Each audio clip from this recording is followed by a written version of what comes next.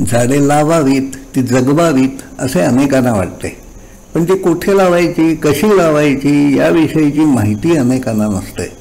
September अखेरला पाऊस संपतो. पावसाळा संपल्यावर पाण्याशिवाय झाडे जगू शकतात का? फक्त पावसाच्या पाण्यावर कोणत्या वृक्षवेली लावून जगवता येतील हेही अनेकांना माहीत नसते. जंगलात जी झाडे दिसतात ती पावसाच्या पाण्यावरच रुजलेली असतात.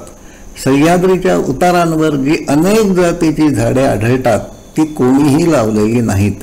ती निसर्गनिर्माणी रुजत आली, निसर्गाच्या कठोर वास्तवाला तोंड देत टिकून राहत वाढलेली आहेत.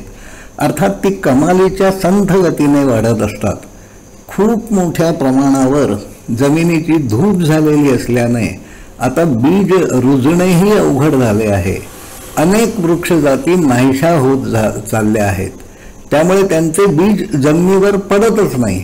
एखाद्या वृक्षजातीच्या शेकडो बिया जमिनीवर पडतात तेव्हा मोजक्याच बियांच्या नशिबी रुजण्याचे भाग्य असते. बऱ्याच वेळा त्यामधून रोपाने मान वर काढली तर ते भटकी गुरे, ससे, भेकरे यांच्या पोटात जात असते. परिणामी जमिनी अधिक उजाड बनत चालल्या आहेत. अनेक वृक्षजाती संपत आल्या आहेत. या परिस्थितीत कोणती झाडे लावायची, कशी जगवायची याचे अचूक उत्तर देता येणार नाही. समस्येवर तोडगा शोधण्यासाठी वृक्ष लावणे जगविण्याचे काही प्रयोग कशेडीमध्ये झाले आहेत.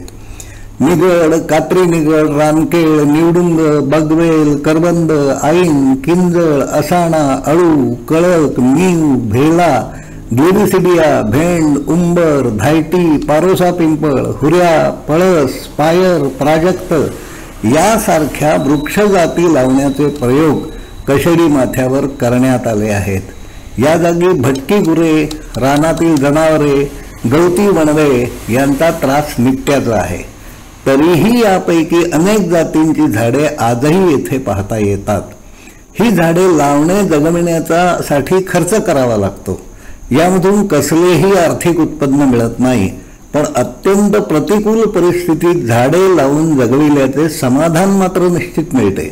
सह्याद्रीच्या उजाड होत चाललेल्या डोंगर उतारांवर काय लावायचे याचे उत्तर आपल्याला मिळाले असेल असे मानतो.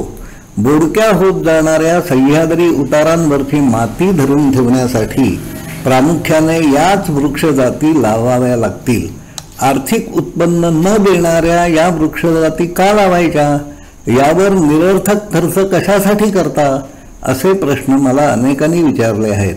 झाडे लावणे जगविण्याचा प्रयत्न करणे हा माझा छंद आहे. माणूस सुखाच्या शोधात असतो. हे काम मला हवे असणारे समाधान देते. सह्याद्रीच्या उतारावरील माती जपायची असेल तर झाडे लावण्या जगविण्याचे चाकोरी बाहेरचे प्रयोग करावेच लागतील. वृक्षवेलींवर मनापासून प्रेम करणारी काही माणसे समाजात आहेत हेही मला माहीत आहे. त्यांना एकत्र आणून समूहमन निर्माण करण्याचा प्रयत्न कशेडीत चालू आहे. या प्रयोगामागची भूमिका समजून घेणे आणि आपल्या हाताने झाड लावणे यासाठी 16/6च्या वृक्ष लागवडीच्या उपक्रमात सहभागी व्हा ही विनंती आहे. धन्यवाद.